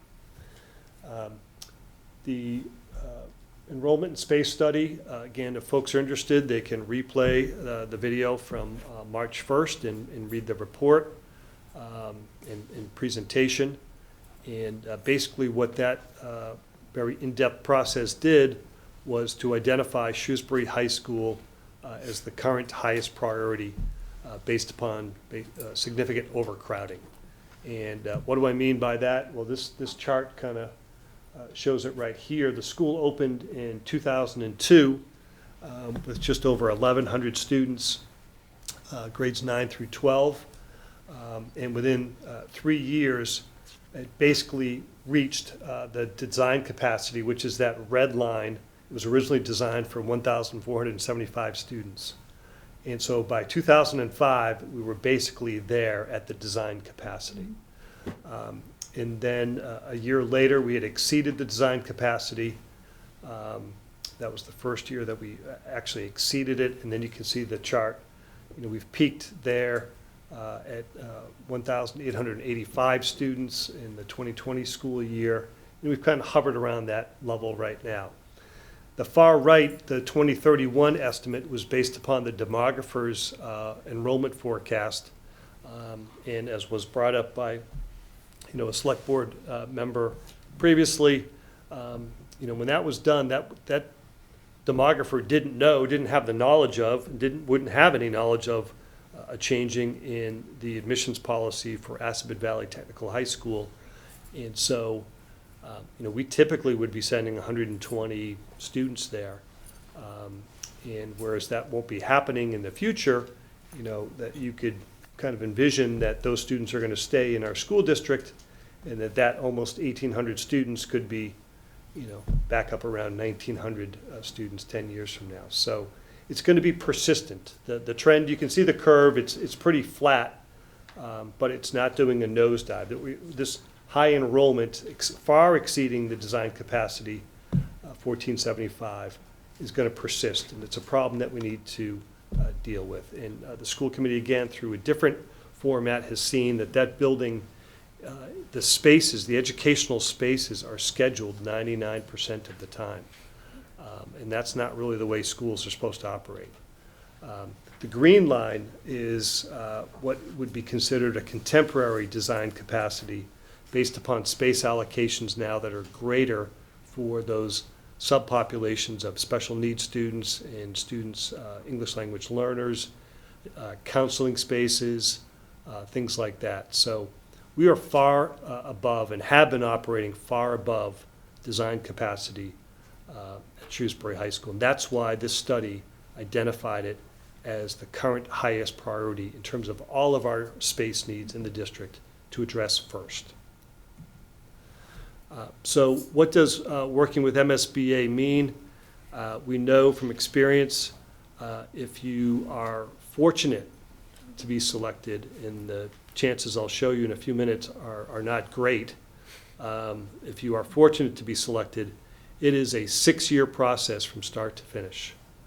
So while the recommendation is for you to take a vote tonight to submit a statement of interest, that does not mean that something is going to be happening in the fall up at Shrewsbury High School with construction workers. It just doesn't happen that way. It's a 6-year rollout, very prescriptive process here from this eligibility period. If we were accepted, the statement of interest process happens before this chart even occurs. So if your statement of interest was accepted and the MSBA wants to work with you to solve your problem, then they would invite you into this first step called the eligibility period. And we wouldn't hear about that if the school committee and the Board of Selectmen vote to submit a statement of interest. We wouldn't even hear about that invitation until December or January, December of this year or January of next year. So that would be the earliest. But again, it's a 6-year rollout process. So this whole thing begins with this so-called statement of interest or statement of interest application period. In that window for this year, they open it up every year for a fixed defined period of time, a couple of months. And this year's window began January 13th, and it closes on April 14th. So if you miss that deadline, you're basically waiting another year. And we know that waiting isn't going to help our situation. It's only going to exacerbate it. So a statement of interest submittal is non-binding by both the MSBA and the town of Shrewsbury. What do I mean by that? I mean that just because we submit a statement of interest doesn't mean that we're going to be moving ahead with a project, because they may not select us. Or if they were to select us, we, as a community, could decide not to move forward with them, which is really what happened with the Beal School project back in 2013. It was selected to move ahead, and at the time, the elected officials in position at that time decided to not move forward. So that's what I mean by non-binding. This is a competitive process, again, with limited annual funding from the MSBA, and the schools with the greatest need are those ones that are selected. This chart, I know it might be kind of hard to read from home, but basically I kind of highlighted here in the last cycle, the 2022 cycle, in their so-called core program, which is basically just new schools or renovations, major renovations or additions. There were 54 applications, 54 school applications, and 10 of them were selected, or 19%. So that's kind of the chances are slim, so to speak. And then of those 10 schools selected, the age ranges of those schools from that cycle were from 1927 to 1976. And now we know that Shrewsbury High School was opened in 2002. So again, of those 10 schools, one was Voc Tech High School. They selected 3 high schools, 2 middle schools, and 4 elementary schools. So you can see that they selected a grade range of schools back in that process. And this chart actually shows you the number of core program submittals for each of the years back to the beginning, 2008, when they had over 425 applications. And they selected 104, and then every year succeeding thereafter. So what happens if you're not selected? Basically, you can wait to reapply for the 2024 application cycle. And the second bullet point basically says that there are a number of communities who have been submitting year after year and are not successful because their school projects are not the neediest. Some of those communities just move ahead without MSBA funding. And they fund 100% of their project costs because they just want to move ahead. And again, the Beal School project, I put the reimbursement rate here, was just over 54%. So the recommendation is that the school committee vote to submit a statement of interest for the high school in using 3 of their 8 priorities. Again, this is, statement of interest is a template application, it's a form. They have 8 priorities, and I think our high school situation merits that we use 3 of their priorities. Priority number 2, which is severe and persistent overcrowding, which I think the chart supports very well. Replacement, modernization of the roof and HVAC systems nearing end of life and incorporating new energy efficient systems. And, you know, it's kind of hard to believe for some folks, but, you know, the school has been very well maintained by the town's public buildings department. But, you know, as we sit here right now, it is approaching 21 years old. And, you know, if we were to be successful in moving ahead, and this is, you know, kind of a 6-year rollout, by the time we were to replace some of these systems, they would be 27 years old. And that's basically end of life. Kind of, you think of your own home heating system and things like that. These things have end of life. They have to be replaced anyway.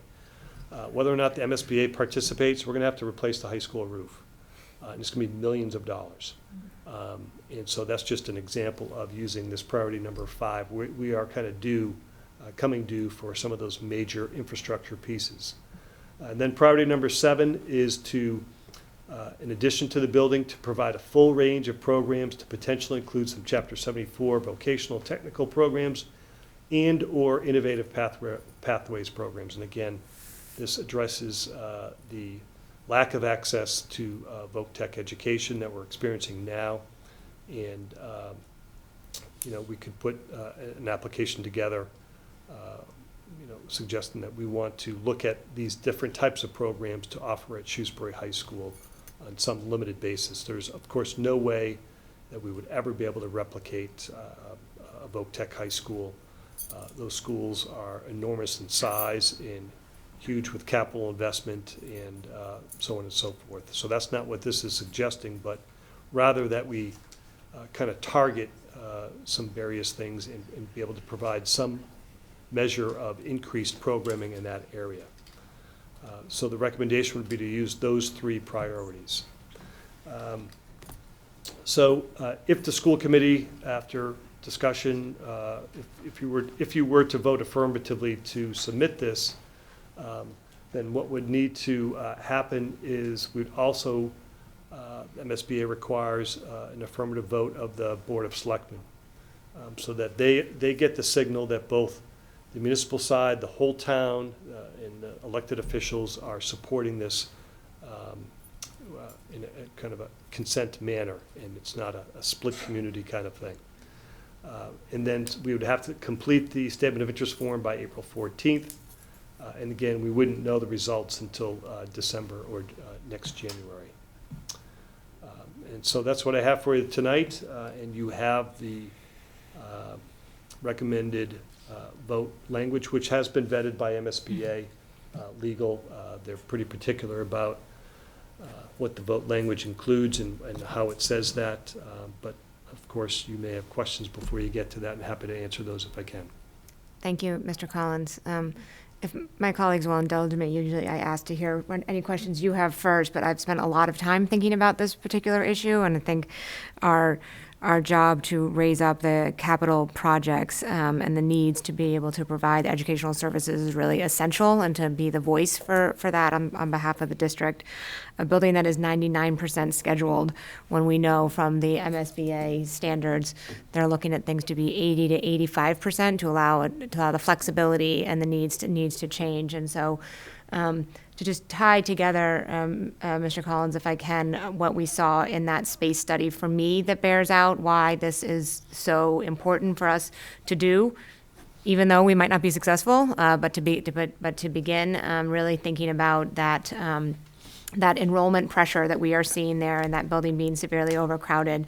It is overcrowded in three key areas that I think are the job of our school: core academic spaces that don't fit, that are too small, that don't comply with guidelines, that the quantity is far from the need. In special education, where our classrooms are undersized, our classrooms don't comply with the guidelines. Again, the quantity is far too small. Our resource rooms are of the greatest efficiency. When we think about all the wonderful programming that we have our special educators trying to provide, if they don't have space, the issues that we have. And then in this vocational and technology, that we have, again, these are MSBA categories of spaces, and that, we've certainly reallocated what people think of as traditional shop spaces over time, but we've also reallocated computer labs, and so we can provide graphic arts and some other things that people would like, that certainly we're hearing from the community they want from us. So I think what that translates into is not just that the hallways are crowded, and kids may talk about that, or the lunchroom being crowded, and they sort of feel that. It's that we're not providing certain kinds of programming that people are, where the community is telling us that they want to see, that we have, fewer humanities electives than other comparable districts, or limited opportunities for various STEM courses, that new academic programming that we might want. So we have things that we've lost over time, but new programming, we have both the community and students telling us that they want to see more finance and personal finance and literacy and computer science and engineering, that we don't have the space for those things, and that we will continue on a path that really is unsustainable because there's nowhere else to go, to cannibalize spaces designed for one thing in order to provide mandated services. And so we had a report at the very, probably the very first one of the year, talking about the works the building department did this past summer. And they spent half of their time talking about how we subdivided a conference room at the high school so that we could have confidential space for counseling. So as we invest in mental health needs, and that's important, not if you don't have a place to provide it. And so, on a number of different levels, we're seeing things that we can't do. And we heard loud and clear from our community during town meeting last year about the need and desire for some sort of vocational programming. And I completely agree. I don't want in any way suggest that an addition to the high school is providing the full panoply of a vocational high school. But we have no space to do anything of the sort, of a hands-on, more biotech, more information technology is a popular one at Assabet Valley, and that's one of those things where you need some computer labs to do some of that work.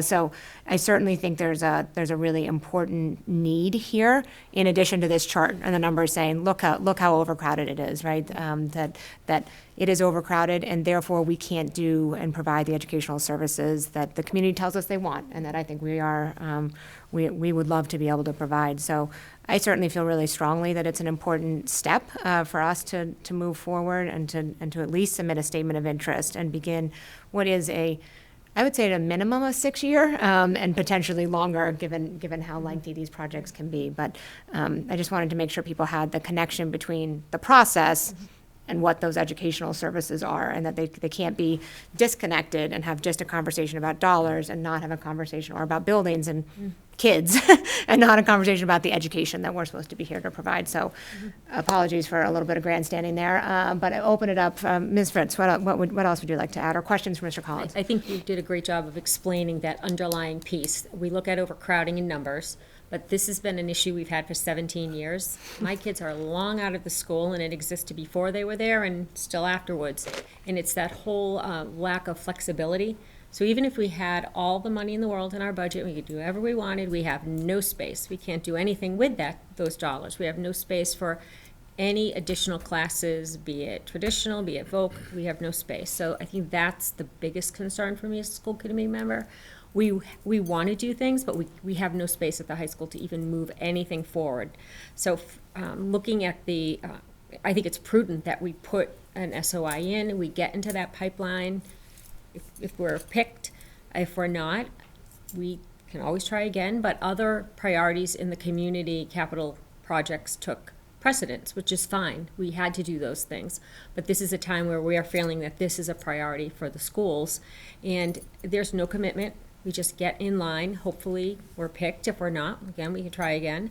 But if we are approved, to me, after, working through Sherwood and the Beal project, it's the funding, it significantly reduces the cost to our taxpayers.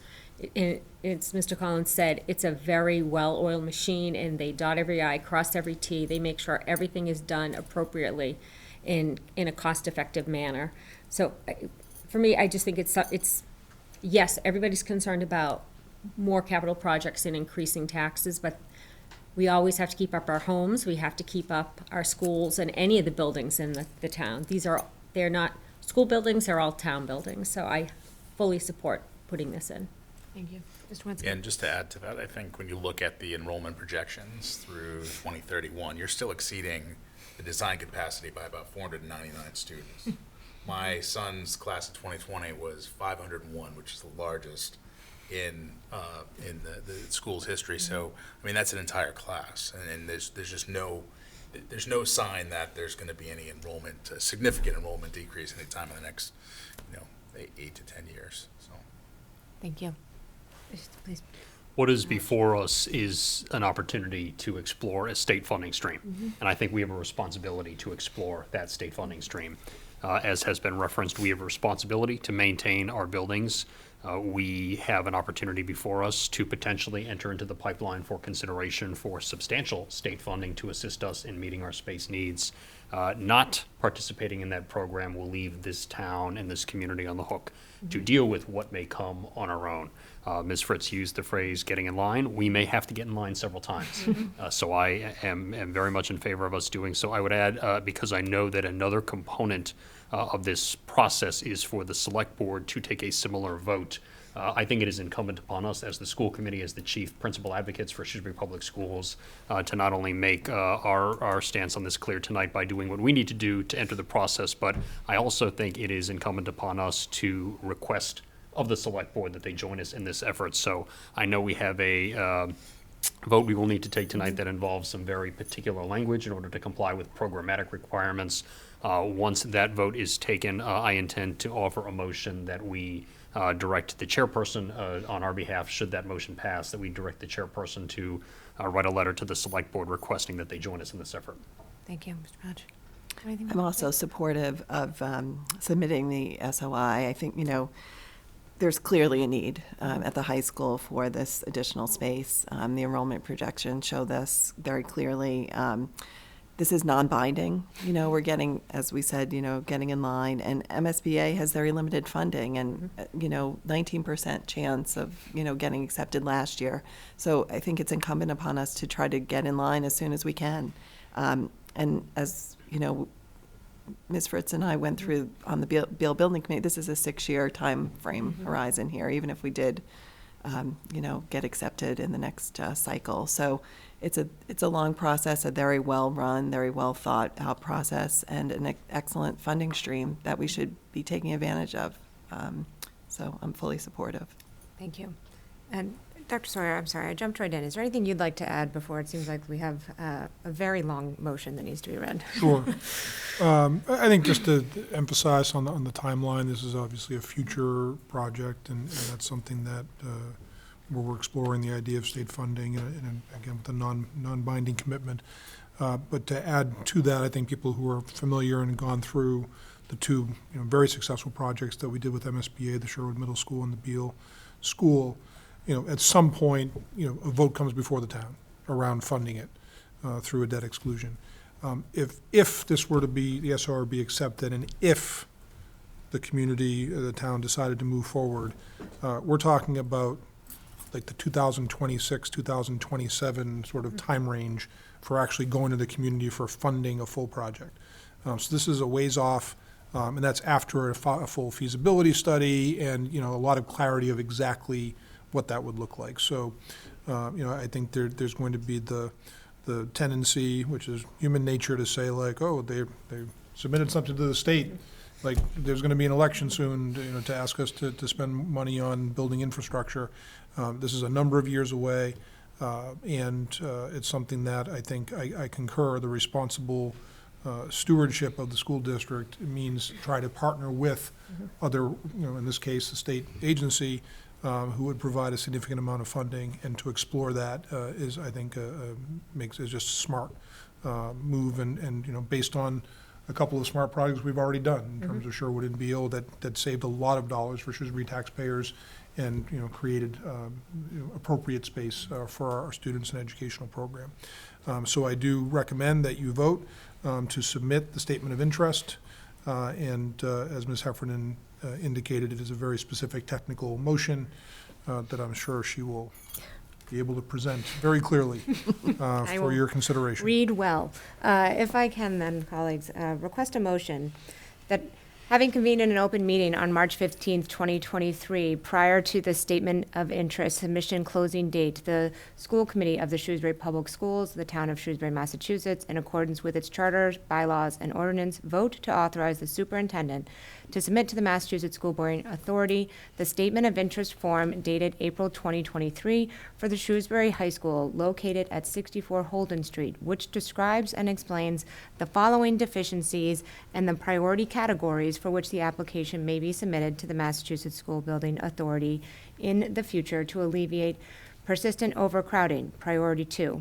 To replace and modernize the school roof and HVAC systems which are near end of life and install new energy efficient systems, priority 5. To provide an addition to the school so that a full range of programs including technical training via innovation pathway programs and/or Chapter 74 vocational technical programs, priority 7. And hereby further specifically acknowledges that by submitting this statement of interest form, the Massachusetts School Building Authority in no way guarantees the acceptance or approval of an application, the awarding of a grant, or any other funding commitment from the Massachusetts School Building Authority, or commits the town of Shrewsbury to filing an application for funding with the Massachusetts School Building Authority. So moved. Second? Thank you. All those in favor could do so with an aye, please. Aye. All those opposed? Thank you. Mr. Evelyn? Palich, yes. I move that the school committee direct the chairperson to write a letter of request on the committee's behalf to the select board, requesting that the select board take any necessary action to support the submission to the Massachusetts School Building Authority a statement of interest for Shrewsbury High School. So moved? Second. Thank you. All those in favor, do so by an aye. Aye. All those opposed? Excellent. We'll get to drafting a letter. If I can, Dr. Sawyer, I would just like to note, for those who have not yet seen the space study report, it is, I think with appendices, comes close to a 2,000-page document. There is a lot there for us to digest as a community, and I would like to ask if we can, the high school is clearly our priority and what is stands out here, but Coming behind that is some questions about our elementary schools, in particular our preschool capacity at Parker Road, the status of the Coolidge building, the high use of modular spaces at Spring. Patton has some certainly older facility, is an older facility and has some needs and certainly doesn't conform to all of the MSBA standards. I think we have to look at that in totality. What are we doing on educational programming at the elementary and early childhood level? I'd like to ask if we could add that to our agenda for our early April meeting, which date I just lost on my computer here. I think it's the 12th is when we're meeting, Dr. Sawyer. But to come back and think about what is the best way to tackle that issue. We can move forward with the high school, but many people could drive by Coolidge building and say, that seems like that has some needs. And I want to be thoughtful about not all things are funded in the same way. Preschool isn't funded by MSBA unless it's attached to an elementary school, but currently we have a separate preschool programming. And so, but also how we think about neighborhood schools. I think I'd love to see us develop a process, potentially something akin to our work around redistricting or the mascot, where we invite members of the community to join us. Certainly members of town government who are important on the building side as well. To really spend some time to come up with some recommendations for all of us in town government, both at the school committee, but also the select board, to think about what's the best path forward here. So if we can add that to our agenda on that date on the 12th, I think it will give us something to consider and chew on a bit. Absolutely. Great. Be happy to do that. Thank you very much. Okay. You're still here, Mr. Collins. That is my next item. Fiscal year 2023 fees and tuitions. and is our next item up for a vote. At our meeting on March 1st, 2023, Mr. Collins presented information regarding fees related to busing, athletics, music lessons, and preschool tuition, and we also had the Director of Extended Learning, Ms. Carrick Isaacson, provide information and a recommendation on the Extended School Care Program for fiscal year 2024. After consideration and feedback from the school committee, Dr. Sawyer was going to present his recommendation for fees and tuition and for a vote this evening. I know we did receive a memo, Dr. Sawyer, so I will turn this item over to you. Thank you. As you referenced, there were presentations made a couple of weeks ago and the opportunity for people to provide feedback. I try to keep this as simple as possible, and my rationale for my recommendation is to hold the fees and tuition, rather the fees for transportation and athletics at the same level as this year. That doesn't require any action specifically, but in terms of my rationale for that is that certainly is twofold. First off, our families are participating in increased resources for the school district through the recent operational override, and that is, and because of that, and because we have a healthy appropriated budget, unlike in some other past years, we're not grappling with the idea of raising fees in order to avoid, making more cuts. We're not in a scenario where we need to make cuts for next year to any personnel or program, and certainly our families, like all residents, are paying a higher real estate tax because of the operational override, which we deeply appreciate that investment in our community. The other is that, over a long period of time, the school committee and the administration has expressed concern that our fees were relatively high compared to other school districts, and that's not going to shift over time if we continue to increase them. And so if we have an opportunity to hold them steady without a deleterious effect on the budget next year, my suggestion is to let them stay where they are.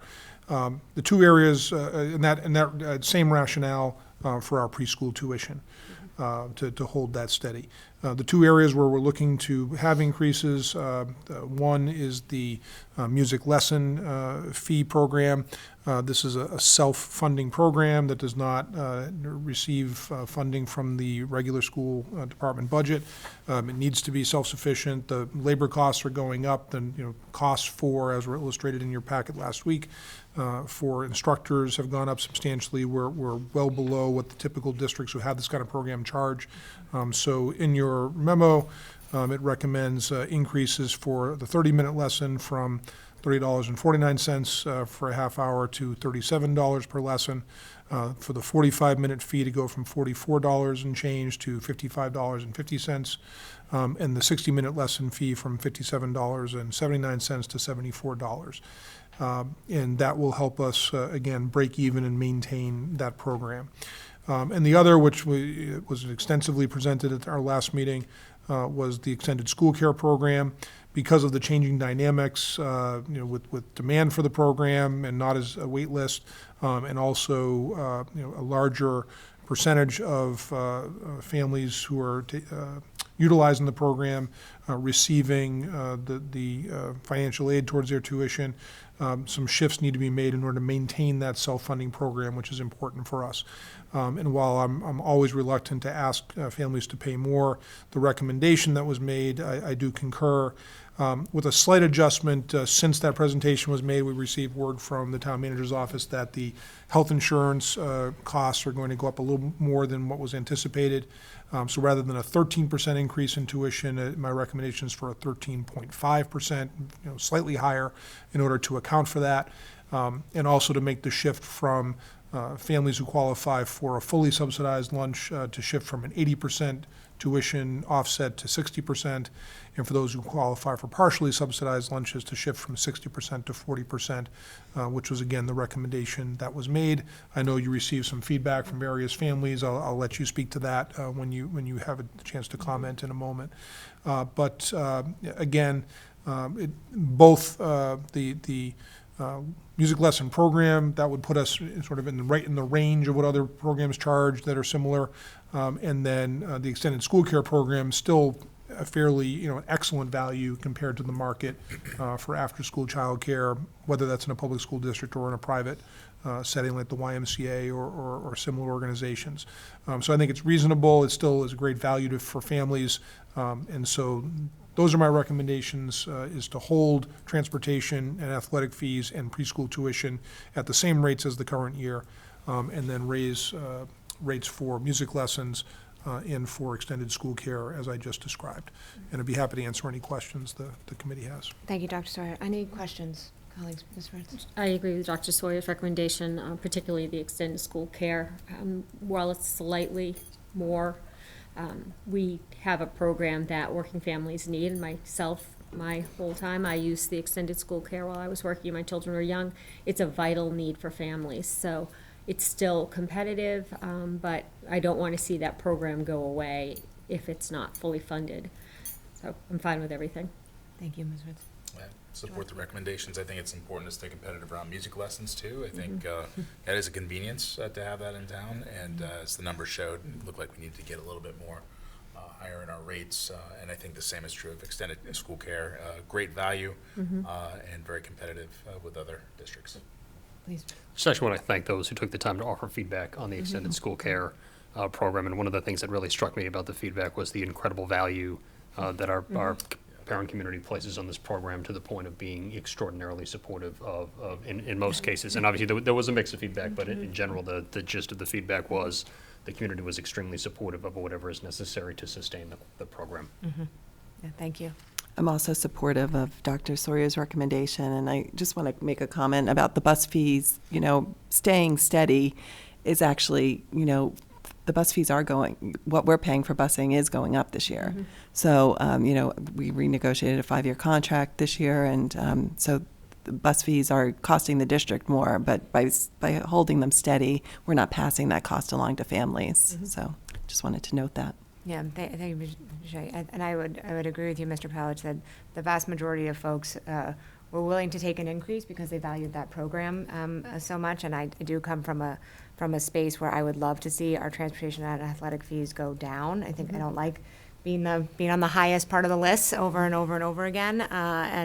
But given the inflationary pressures that we have in so many other parts of the budget, I don't know that we can do that this year. And so certainly I'm supportive of at least holding them steady and acknowledging that all of our taxpayers are paying more, given the operational override to help fund all of our town services. So, and I appreciate the balancing need to raise the rates and modulate the subsidy for our families in order to keep that extended school care program open. Clearly feels like it's the right place to land. So if I can then, colleagues, ask for a motion to approve the adjustments to the fees and tuition rates for fiscal year 2024 as illustrated in the superintendent's recommendation memo dated March 12th, 2023. So moved. Second? Thank you. All those in favor, could you so with an aye, please? Aye. All those opposed? All right, that will pass. Thank you very much. Thank you, Mr. Collins, and thank you to Ms. Isaacson for all of her work, please. Next item on our agenda is the approval of our minutes. We did have minutes in our packet from our school committee meeting held on March 1st, 2023. Were there any adjustments or modifications needed to those minutes? That being said, those can be marked as accepted as submitted.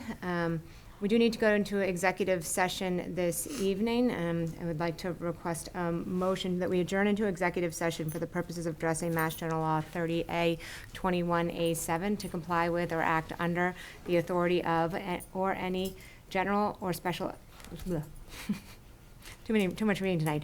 Any general or special law or federal grant and aid requirement, purpose 7 of open meeting law for the purposes of reviewing, approving, and or releasing executive session minutes, also for the purpose of addressing Mass General Law 30A 21A3 to discuss strategy with respect to collective bargaining or litigation if an open meeting may have a detrimental effect on the bargaining or litigation position of a public body and the chair so declares, purpose 3. as pertains to Shrewsbury Educational Units A and/or B, Shrewsbury Paraprofessional Association and/or the Cafeteria Workers Association, and for the purposes of addressing General Law 30A 21A2 to conduct strategy sessions and preparations for negotiation with non-union personnel or to conduct collective bargaining sessions or contract negotiations with non-union personnel, known as Purpose 2, where deliberation in open meeting will have a detrimental effect on the bargaining position of the public body, and return to open session only for the purposes of adjourning for the evening. So moved. Second? Thank you. A roll call vote is required. Ms. Fritz? Aye. Mr. Wensky? Aye. Mr. Palach? Aye. Ms. Boucher? Aye. And myself, aye. Thank you, and good night.